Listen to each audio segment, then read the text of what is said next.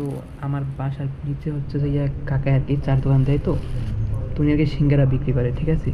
তো এই যে সিঙ্গারাগুলো 5 টাকা করে পিস, ঠিক আছে। এটা গরম বর্তমানে, কারণ এটা সাথে সাথে বের করি, মানে উনি যখন এগুলো বাসা থেকে বাইক জানে, ধরেন বিকেল আনলে রাত 7টা পর্যন্ত যায়, তার বেশি আর যায় না। তো সাথে একটা টক ই এটা, হ্যাঁ, টক জাতীয় একটা কিছু দেয় আর কি, ঠিক আছে। তো আরও আর সালাদ দেয় আর কি, এই যে অনেকগুলো দিচ্ছে আর কি। 4টা আনছিলাম, 20 টাকা 4টা। তো এগুলো তো সিঙ্গারাগুলো যে একবার খায় সে আরেকবার খাইতে বাধ্য আর কি। বেশি করে উনি যে এই যে সসটা দেয়, টক যে সসটা, সিঙ্গারগুলো দেখেন একেবারে পুরা কোনোই নাই, সাথে সাথে বানাই আর কি, ফ্যামিলি থেকে বানাই আনে তো, সাথে সাথে আর কি বানাই আনি না, তারপর কি সেল দেয়, বুঝছেন। একেবারে সবগুলো একেবারে অনেক সুন্দর আর টেস্টি। একবার যে খায় উনি আরেকবার আসতে বাধ্য। এই যে সসটা, টক সসটা, টক টক টক টকের টক টক লাগে। তো এটা সেই এই সসটার জন্য আরও বেশি মজা লাগে। তারপর অনেকগুলো দিয়ে থাকে। তো আমি প্রতিদিন না নিয়ে এসলেও না এইগুলো সিঙ্গারগুলো ভালো লাগে না আর কি।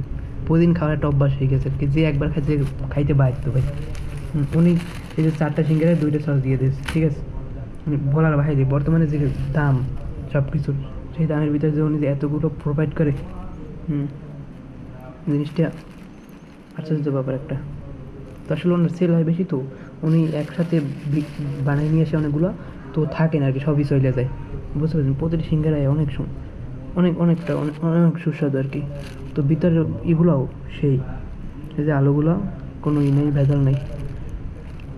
তো এরকম যদি সবাই হইতো, সবাই যদি বানাইতো আর কি, সেই হইতো। এখন দোকানে একটা হোটেলে খাইতে দেন না, দেখবেন আর নেই যে সিঙ্গারা, আহারে একটা মুখে তারপর খাওয়া যায় না। আলু 2-3 কিলো আগের কথা, এই যে ভিতরে যে মশলাগুলো, এগুলো 2-3 দিন আগের কথা থাকবো, এরকম আর কি, বুঝছেন, বা হয়ে গেছে আর কি। তো সেখানে এই চার দোকানের যে কাকা বিক্রি করে, তারগুলো দেখে তো আমি আশ্চর্য। চার বিক্রি করে, পাশাপাশি এগুলো বিক্রি করে, কারণ শুধু সিঙ্গারা, তার সাথে কত সালাদ, কত সস প্রোভাইড করতেছি। তো এটা দেখানোর জন্য ভিডিওটা করা। সবাই ভালো থাকবেন, ধন্যবাদ।